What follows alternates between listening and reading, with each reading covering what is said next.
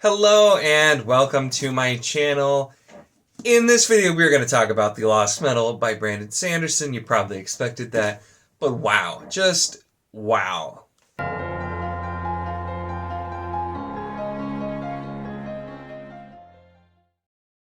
So I mentioned, I did a video as I did a reread with audio for the first three because I wasn't crazy into Era 2 the first time. I think I was just comparing it too much to Era 1. I was wanting Era 1, and I just wasn't as into it. It didn't seem like the stakes were as high. And on reread, I enjoyed them a lot more because I started to really seem like, oh, there really are a lot of things here that maybe I'd forgotten because I read them at release. And it was setting up a pretty big game, and so I was pretty excited to get to The Lost Metal. I felt like this was going to be pretty big, do the big raise the stakes things, have a lot of Cosmere implications, and holy cow, did it deliver. I hadn't been this excited reading and then finishing a book in a while, and especially for a Sanderson book too. This really gave me everything I wanted, and I was not expecting that at all, but it definitely did. So, gonna start this spoiler-free, and just talk about some of the things that I was looking for in this book and how I thought it worked out, and then we're definitely gonna talk about some spoilers because oh my gosh, are there so many spoiler things to talk about. I could probably do something much more in-depth. In fact, I might, but it won't be in this video because there's so much to talk about here. Might need to do like an impromptu live stream or something, so I've just talked with a bunch of people. Discord's been crazy with everyone reading it, so anyway, the non-spoiler parts. So one of the big things I was looking for in this book is to continue developing our main characters and have them hit a higher point in their character arcs. Specifically because I felt like Bands of Mourning did a lot to set up the characters where they were starting to grow, they were starting to move towards something. And the last book, I was really looking forward and hoping that it would stick the landing with that and really continue to develop these characters. Now, this book does have about a 6-year time jump between Bands of Mourning. Not a spoiler, just the base setup here. And so we, especially with that, need to see more developed versions of these characters because it kind of started in the last book and now it's been that amount of time, so it's really necessary. And I felt it worked really, really well. We had Waxwayne, Marcy, Steris, and some other characters as well. All still the characters we knew, the people we knew, but had in some smarter ways been developed a bit more and shown what had continued to happen in the off time, and I think that was handled really well. And the book in general, the part one that was released as the sample chapters is really kind of setting the scene for what we're going on. It felt like an Era 2 book, but it didn't feel like anything necessarily too crazy. And then after that, just blows up. And I feel like chapter 20 on was nearly just a Sanderlanche happening as it went on. There was just so much going on in this book in a really great way. So characters were a really big one. And I was also looking for a lot more Cosmere stuff because of what the first 3 books were setting up and the ideas that they were setting up specifically. And this is spoilers for books 1 through 3, which you hopefully aren't watching this if you haven't read those. So be warned of that. Not a spoiler for book 4, spoilers for the first 3. One of the big things being set up specifically in Bands of Mourning was Trell coming from somewhere else and trying to like invade the world. And so we knew that we were going to deal with more of that here and was hoping that because I'd get more Cosmere is what I was hoping. And I feel like this definitely had quite a lot of Cosmere. And I know Brandon did apparently say he was specifically kind of taking the gloves off and just going it for this one. For me, it worked really, really well. The most surprising thing I'll say to kind of close out the spoiler-free section here is this completely, to me, lived up to what the end of a Mistborn series should. Now, I know some people have mixed feelings about Mistborn Era 1. I absolutely loved it. Book 1 brought me in so much. And then Book 3, the way things end, the way things elevated, I still absolutely love everything that happened there. And it's another reason too, I kind of felt like this was not going to be able to live up to that. It's completely different. I mean, everything about this series has been completely different besides the fact that it's in the same world. And, there's definitely things like religions and traditions and characters that descend from that original, but it's completely different. Things are happening in a completely different way. But the amount of like excitement and just awesomeness, for lack of a better word, at the end of this, for me, definitely lived up to what I wanted out of the end of a Mistborn series, which still, once again, surprises me, but it worked out so well. So let's jump into spoilers. This is probably going to be a little bit out of order with stuff, but I'm just going to kind of talk about a lot of things here. I'm not really a note taker to like these are all the things I wanted to talk about, but there was just so much, so we're just going to kind of get started. So from here, I'm going to talk spoilers. I will get back to kind of like the outro, the in conclusion thing, so I'll have a timestamp. You can skip to if you want to skip past the spoiler part. Here we go. So immediately, there was just so much happening here. I did like and like I said, a little out of order, but so the parallels between using the Trellium and the Harmonium to like split it, create an explosion, really felt like an analog for the atom bomb and everything going on there, and just the development of this new incredibly deadly weapon as tensions are going, and it's almost kind of like a Cold War between all the different areas there. It had some of that feel too. But so I kind of liked that analog, but done once again in a very in-world way that was very interesting. And it set up quite a lot. The explosion with the dust and everything too, I figured there was something there. I didn't quite figure that one. I know someone in Discord did, but immediately when we got the vials delivered from Harmony shortly after that, there was the last special one. I'm just like, I posted, I'm like, I feel like that might be Lerasium. I didn't know if that was just like wishful thinking. Like I thought that'd be cool, but so I was pretty happy that I got that one done. But it was still delivered in such a fantastic way, and it was handled really, really well. That it wasn't like I saw that coming. It was like, oh, I got it right, and so I was pretty excited about it. But the big things going on Scadrial and here were huge. But the bigger thing is this was straight up a Cosmere book. After you get through part 1, this is still an Era 2 book, but it is more so a Cosmere book. I was not expecting to have the Ghostbloods so openly participating and involved in the plot. We got all the confirmation, which things had already been kind of confirmed because some fans had figured it out somehow. I never get how some of that stuff gets guessed, but that Kelsier is the leader of the Ghostbloods, and he has people from different planets, and they're all going and trying to protect Scadrial. And so kind of getting to see that firsthand was super interesting, because besides Secret History, we haven't gotten to see anything from Kelsier up until this point. And so just getting that was really awesome. The fact that we not only do we have the Ghostbloods, we got Hoyd running around, we got references to Silverlight, we get to see all kinds of different magic systems from other worlds as well. We just get so much information in this book, and I was honestly a little bit shocked. This kind of continues what Rhythm of War started, but Rhythm of War was incredibly more subtle, with less so than the other books, but in comparison, way, way less of the Cosmere stuff there. It was there, and it was a lot more obvious if you were aware of it, but still kind of you could read it without having to know. This is one of those books where I still think you could enjoy it, even if you don't know about the Cosmere. You'd probably be pretty confused because you wouldn't be catching any of the references, of which there are so many. And not only is it the specific world-hopping organizations we know, but there was even immediately the scenes happening, and I'm like, this scene is so familiar. This is just like in Stormlight and it is Chowda! And so like apparently we have some Herdazians who are world hopping too. So just kind of being able to see the world hopping firsthand is one of those things, if you're Cosmere aware, we've known about for a long time that are all these different world hoppers, but just seeing all of these different people and seeing the different magic systems. We get a magic system from the Aethers, which I know Aether of the Night is going to be a later one, which I don't think we've gotten really anything from that, but I remember hearing about it.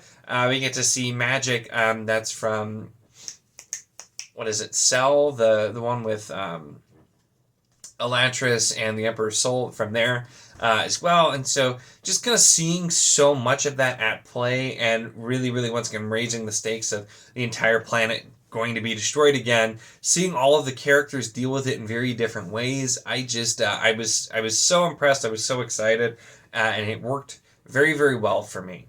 And yeah, that just was, it was so unexpected. It worked really well. I did really enjoy too, with Marcy. Like it set up the whole book like she's going to join the Ghostbloods, and her not joining the Ghostbloods, I think also showed once again kind of the the finality of her character arc, which there's still definitely more room to go, and the epilogues, which I actually liked having the several epilogues. I thought that was kind of cool because we were really ending an era of Mistborn, so it was nice to kind of see that.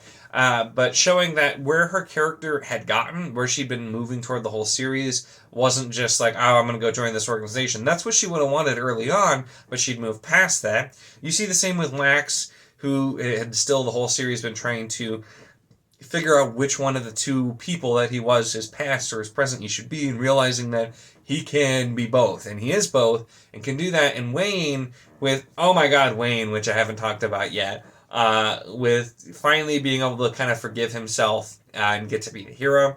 Wayne is such a surprising character for me because he starts out so much as comic relief, and I commented this in some of my previous videos, but he starts so much as comic relief. And then as you start to get to know him more, get to know his story, it really works. And this book was very Wayne-centric. The prologue kind of set up the way he was going to be looking at it, and we don't spend a whole lot more time with him than the others, but so much of what he was doing in the book was setting up a lot of what was going to be happening. Just like his story, the way he was looking at that, him dealing with Milan, him all of his like money he has from trying to make really bad investments and always failing and being bad and having them turn out really big. Just there was so much, and there were definitely times where it felt like the humor was trying too hard, but I think that was actually very intentional because this was the book where Wayne was really doing the worst emotionally, and so he really was trying too hard to put on that facade to joke. And just the end with him sacrificing himself and just being Wayne to the very end also was so good. It definitely made sense, and I was kind of feeling like something like that was going to happen, but once again, you know, the Wax, the Lerasium, even that part kind of seeing it coming, you assume it's going to be Wax who's going to have to save the day and have it be Wayne who's going to do it instead. I don't know, it was just very satisfying. It fit super well with what had been established with his character as well, and so all of the characters just really did so good. Just really, really enjoyable. I did also really like getting to see, it was especially with Wayne and Wax, seeing them become, or just now that they are, savants. That's one of the things that hasn't been mentioned a ton in the books, but I know from looking up stuff over the years, when you use your powers enough, you can become a savant and do a lot more. And you see both of them, as well as others, kind of being amazed at what they can do with their powers, whereas they don't really seem to realize that it's something that's changed as much. Because even before, which granted, he was... Wax probably also, part of it was also probably a red herring because he was taking other metals and had already had the Lerasium, and so was probably stronger than normal without maybe realizing it with his powers, but just the kind of the finesse with it, I still think is part savant, although Wayne was just him becoming a savant, being able to do all the different things as well.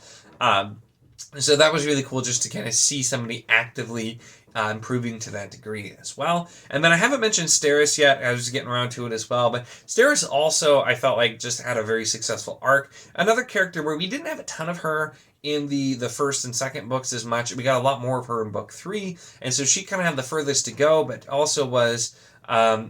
established, I think, very well. And her and Wax's relationship and the kids, I think, worked well. But just her kind of having that moment where she figures out that, you know, there is a use to her being the way that she is, and she's always felt like, you know, people would be embarrassed or like think what she was doing was dumb, even though she knows she has people who love her and don't look at her that way. That feeling of just realizing that, you know, how much good she can do with her over-preparedness and her tendencies to do stuff like that, also I just think worked super, super well. So the characters I've talked about a bit, and all of the Cosmere stuff, which was just really, really fantastic. Learning so much that had just been rumor, and that had, I mean, little hints here and there, having all of those things happen. It was just really, really great to see that. I did love at the end, too, the Hoid continuing to show up at opportune times, but fishing Wax out of the ocean and being like, your carriage, sir, was a really perfect end to that part there. Also, like I said, Wayne with just asking stupid questions of Harmony as well. And the way everybody remembers Wayne actually really didn't feel forced, which sometimes it can with a character death like that. It just felt really natural. And like I said, the different prologues which continue to show what's going to be happening in this world and continue to show how things are going to be set up and other Cosmere things. I think it's still not entirely sure exactly where this takes place. I think it's happening around the same time as Stormlight 4, but there's a few things that make it a little bit less clear. And so I'll be interested still to kind of see where things are going to be going. One of my theories that did not get confirmed, and I don't know if it ever will be, but was that Hoid. I was theorizing partway through after it becoming very clear that Allomancer Jack, is actually a real person who's writing these stories. I was my theory that was Hoid just gallivanting around and writing stories. Didn't get confirmed, but I was interested. But the other really interesting thing the series, or this last book in the series, does is it answers a question I had kind of throughout, which is the next Mistborn series was supposed to be around like 1980s our time in kind of technology, which is a pretty big jump from where they are now, although they've had some uneven technological advancement. But I'm wondering, like, how are we going to go that much time forward and have it still be relevant with the series? Which makes me think that maybe this is actually... maybe it's happening a little bit before, because I know the next Mistborn series is supposed to come out after Stormlight 5, but before Stormlight 6. So I'm assuming, based on this, I'm assuming it's still going to be pretty Cosmere involved. And so there's the conversation at the end about letting humanity just go with the technology. I have a feeling it's going to start advancing way, way quicker with Harmony kind of letting it go. And letting technology advance a bit more, so it's already kind of setting up for how we're going to have not that much time pass in comparison for that kind of technological advancement, because they really did, and I suppose too, it feels like it's very low tech at first, but then it really does get into, at least 40s, if not later, tech with some things, and they were starting to develop a lot of things. So the way technology continued to advance throughout the series, I think, worked well with setting up that move forward as well, because we went from still people using horse-drawn carriages to cars, and then highways and projectors and cannons, and they're trying to develop rockets, and so all kinds of things that really do push forward where we are technologically. So I'd be really interested to see how the next series is going to go. I'm also a lot higher on the other Mistborn series in general, just because this book really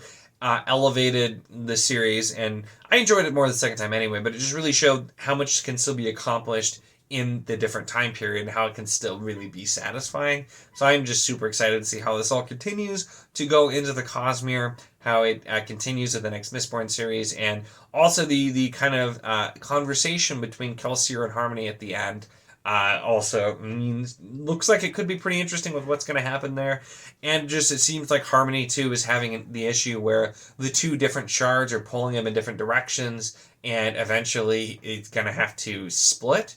And how that's going to look, whether it's going to be somebody else taking one or somehow him actually splitting in two, going to be really interesting to see how that goes as well with the two shards. I also did like just the idea that Scadrial is actually like one of the more advanced societies, and that's why it's at risk, because other powers in the galaxy that maybe know more about the Cosmere are trying to come in and get them. So there was a lot set up, and just I was blown away about how much was included in here. It has me excited to see how much more we're going to start seeing the Cosmere come together. This was kind of like almost like the Avengers moment, where we're getting so many different people involved in a lot of ways, and I'm assuming we're going to get a lot of that in Stormlight 5 as well as we go on, and probably continue in future Cosmere books to have them a lot more connected, most likely, barring some that are going to take place, in the far past future, that kind of thing. But really, really excited to see where these things are going. Also, my theory is that Brandon intentionally waited to publish this after Rhythm of War, I feel like, are pretty well confirmed, because it doesn't necessarily spoil anything from Rhythm of War, but there's a lot of references in here that if you would have known ahead of time, would have made things a little less exciting, I feel like, in Rhythm of War. So I feel like that was intentional also. So pretty interesting. Final note, There's a chapter toward the end talking about guards where Wayne does a little monologue like, I know you. 100% has to be a guards reference. So I just wanted to throw that out there. I know Sanderson's a big fan of that subseries especially.